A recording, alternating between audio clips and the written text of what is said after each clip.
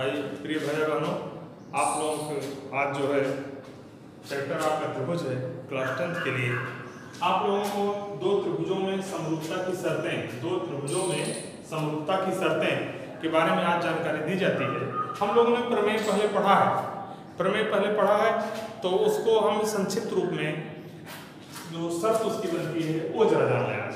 जैसे कोण समरूपता, एंगल समरूपता। ये देखें त्रिभुज बना हुआ है, ये भी त्रिभुज बना हुआ है। इन दोनों में समानता क्या है? ए वाला कोण डी बराबर हो गया, एक जैसा चिन्ह बता रहा है कि दोनों कोण बराबर है। वैसे बी वाला ई के बराबर है, सी वाला कोण एफ के बराबर है। अगर दो त्रिभुजों में ऐसी जानकारी मिलती है तो बोला जाता है कि ये दोनों त्रिभुज माने ए बी सी ये समरूपता चिन्ह हो गया और त्रिभुज डी ई एफ दोनों कैसे हो गए? समरूप हो गए। नियम कौन सा लगा? एंगल माने कोण समरूपता, इस नियम से जाना जाता है।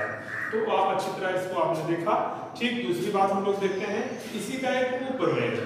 अगर आपके सामने दो त्रिभुज बने हैं, ऐसे दो त्रिभुज बने हैं, ए हो गया, बी हो गया, सी हो गया, और ऐसे दूसरा त्रिभुज बना है, इधर से डी ई एफ। मान लीजिए इसमें ए वाला कोण डी बराबर है और बी वाला ई बराबर है। ऐसे केवल निशान लगाते हैं जिससे कि एक जैसा चिन्ह दिखेगा तो आपको लगेगा बी वाला ई बराबर है और ए वाला डी बराबर है। दो ही कोण पता रहने पर हम दोनों त्रिभुज को समरूप कर देंगे। क्यों? क्योंकि त्रिभुज का योग गुणधर्म नियम में कहता है कि किसी त्रिभुज के तीनों अंतःकोणों का योगफल 180 अंश होता है। तो इस आधार पर अगर हम दो कोण बराबर मिल रहे हैं तो जो तीसरा बचा हुआ है शेष कोण, दोनों कोण जोड़ के 180 में घटाएगा तो वो भी एक जैसा मान दोनों में आएगा, माने सी और एफ दोनों बराबर होंगे। इस तरह उसको बिना निकाले हुए भी हम दो कोणों में अगर समगत कोण समान मिल रहे हैं तो दोनों त्रिभुज को समरूप कर देंगे। ऐसे कहेंगे ए बी सी, ए वाला डी बराबर था तो यहाँ समरूपता चिन्ह लगा देंगे, यहाँ लिख देंगे त्रिभुज। अब जैसे ए शुरू की उसका नाम डी से ही शुरू होगा। क्यों? क्योंकि एक बराबर वाला कोण डी ही है, दूसरा कोई शीर्ष से हम नहीं शुरू कर सकते। त्रिभुज डी फिर ई एफ। नियम कौन सा हुआ? साइड में आप लिख सकते हैं एंगल समरूपता से। दो त्रिभुज अगर इस नियम से आता है तो इसको लिखा जाता है।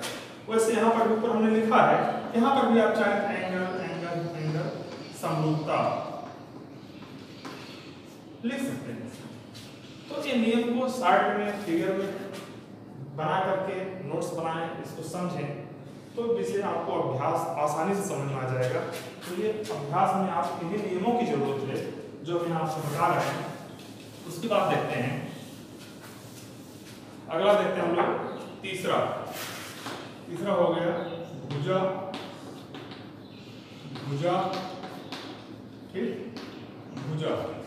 समरूपता। क्या है? साइड। यस। देखें दो त्रिभुज बने ऐसे, ए हो गया, बी हो गया, सी हो गया, ऐसे हो गया, डी ई एफ।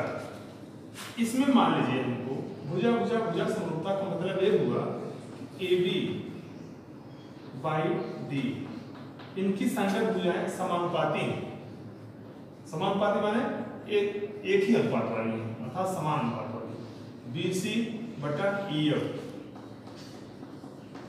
बटा का मतलब अनुपात से है, बी सी बटा ई एफ, ए सी बटा डी एफ, तो इसमें देखिए संगत भुजाएं, दोनों त्रिभुजों में संगत भुजाएं समानुपाती हैं। इससे हम लोग क्या निष्कर्ष निकालेंगे? ये दोनों त्रिभुज समरूप हैं। इसलिए चूंकि करते हैं ये मानिए पता है, इसलिए कि त्रिभुज ए बी सी समरूप क्या हो जाएगा? त्रिभुज डी ई एफ। कौन सा नियम लगेगा? यस समरूपता।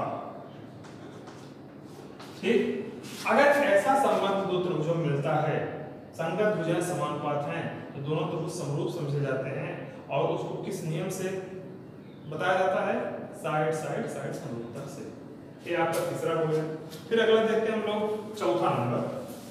ये नियम कम से अभ्यास में आ जाए, जिससे प्रश्नावली के अभ्यास प्रश्न जो है उसको एक नियम पर लगा करके दिखा सकें। चौथा होता है साइड, भुजा, कोण,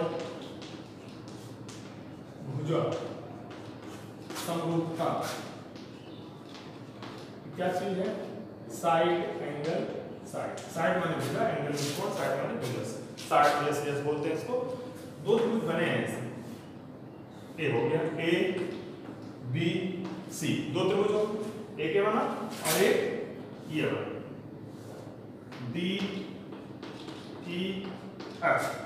देखिए इसमें बीच में कोण बना हुआ है, किनारे किनारे भुजाएं हैं।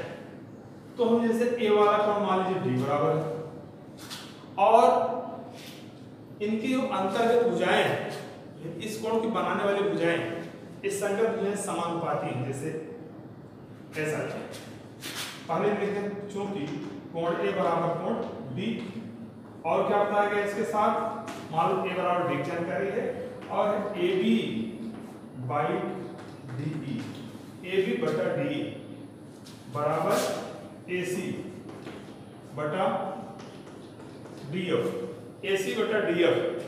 देखिए किनारे की जो कोण बनाने वाली भुजाएं हैं, कोण को अंतर्गत करने वाली भुजाएं हैं, वे समानुपाती हैं और बीच का कोण बराबर है।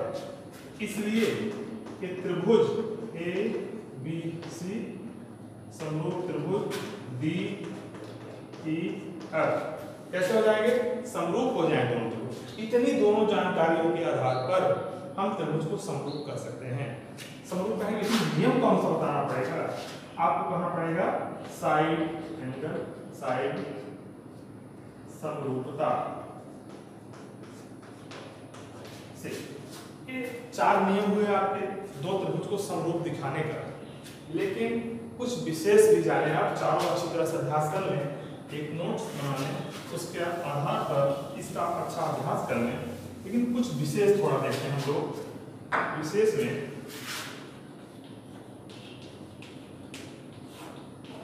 विशेष में देखें, हमने इसके पहले सर्वांग समता की पांचों शर्तों को संक्षिप्त रूप में समझाया है।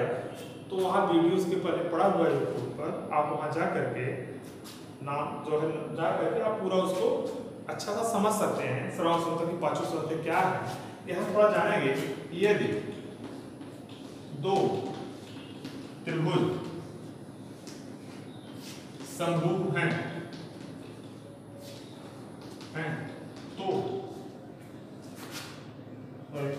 यदि दो त्रिभुज सर्वांग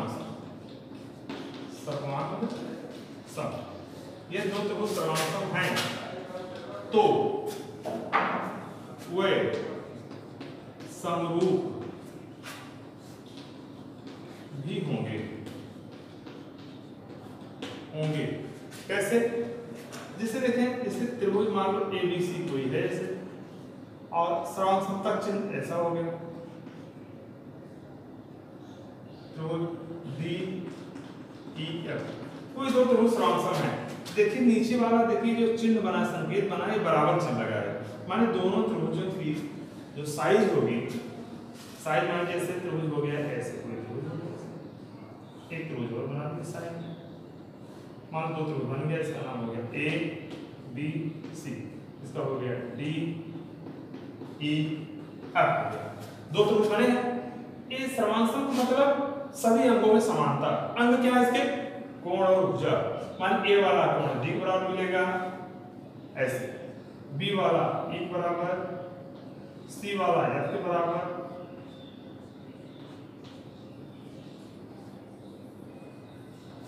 ये बराबर। अब भुजाएं AB बराबर D, चित्र में भी उसे दे सकते हैं। BC बराबर EF, BC बराबर EF हो जाएगा ऐसे, यह इसके बराबर हो जाएगा, यह भुजा इसके बराबर हो जाएगी, और यह वाली भुजा। माने इसमें आकार, सर्वांग समता में आकार और माप दोनों एक जैसे होते हैं। लेकिन समरूपता में आकार तो एक जैसा होता है, शेप आकार में शेप एक जैसा हो गया, लेकिन माप माने साइज उसका जो है अलग अलग हो सकता है माने एक जैसा भी हो सकता है। यहाँ देखें ये दोनों त्रिभुज तो बराबर भी है, अगर ऊपर वाली लाइन को ढक ले तो बराबर दिख रहा है, लेकिन नीचे वाली ढक ले तो दोनों समरूप लग रहा है। तो कहने मतलब दोनों मिला करके सर्वांग समता क्या चीज होती है, माने कि समरूप भी है दोनों और बराबर भी है, इसलिए वो सर्वांग सम है। तो एक चीज जाने, अगर दो आकृतियां दो त्रिभुज समरूप हैं, सर्वांग सम हैं, तो समरूप भी होते हैं। हमने समरूपता की 4 शर्तें पढ़ा है, लेकिन अगर किसी ने दो त्रिभुज हमको सर्वांगसम भी जानकारी में मिल गया तो उसको हम समरूप कह सकते हैं। ये भी हमारी जानकारी में रहना चाहिए कि दो त्रिभुज अगर सर्वांगसम हैं तो वो समरूप भी कहे जा सकते हैं, ये हमारी जानकारी में रखें। इसके साथ आप लोगों को वीडियो आवश्यकता के अनुसार मिलता रहेगा और हम लोग एक दूसरे का जो है कि हर समस्या का समाधान करने का प्रयास करते रहेंगे और चैनल को लाइक सब्सक्राइब और शेयर करते रहें, जिससे आने वाली सभी वीडियो आप लोगों को मिलती रहे। हम उसे पढ़ाते समय अगर लगता है कि नहीं ये चैप्टर पढ़ाते समय हमको इस जो है कि कुछ समस्याएं आ रही हैं, तो उस पॉइंट को हम इंगित करके उस पर वीडियो बना के यूट्यूब पर डाले हुए हैं। तो आप अगर लिंक देखेंगे तो उसमें आपको जो जुड़ी हुई हर समस्या का समाधान मिलेगा। ढेर सारी शुभकामनाएं।